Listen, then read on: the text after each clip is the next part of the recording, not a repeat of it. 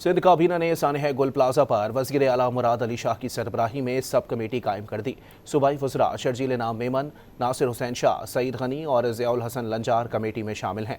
Sub committee commissioner Karachi की inquiry committee की report का जायजा लेगी।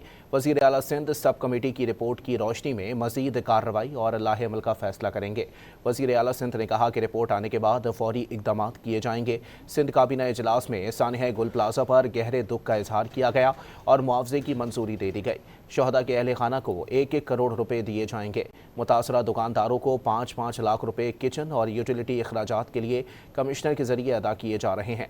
वज़ीर आला सिंध ने कहा कि तमाम मुतासरा दुकानदारों को 2 माह के अंदर कारोबार शुरू करने के लिए दुकान दी जाएगी।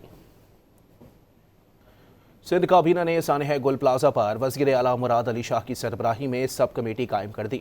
सूबाई वज़रा शर्जील नाम मेमन, नासिर हुसैन शाह, सईद गनी और ज़ियाउल हसन लंजार कमेटी में शामिल हैं। सब कमेटी कमिश्नर कराची की इंक्वायरी कमेटी की रिपोर्ट का जायजा लेगी। वज़ीर आला सिंध सब कमेटी की रिपोर्ट की रोशनी में मज़ीद कार्रवाई और लाहे अमल का फैसला करेंगे। वज़ीर आला सिंध ने कहा कि रिपोर्ट आने के बाद फौरी इक़दामात किए जाएंगे। सिंध काबीना इजलास में सानह गुल प्लाजा पर गहरे दुख का इजहार किया गया और मुआवजे की मंजूरी दे दी गई। शहदा के अहले खाना को 1-1 करोड़ रुपए दिए जाएंगे। मुतासरा दुकानदारों को 5-5 लाख रुपए किचन और यूटिलिटी अखराजात के लिए कमिश्नर के जरिए अदा किए जा रहे हैं। वज़ीर आला सिंध ने कहा कि तमाम मुतासरा दुकानदारों को 2 माह के अंदर कारोबार शुरू करने के लिए दुकान दी जाएगी।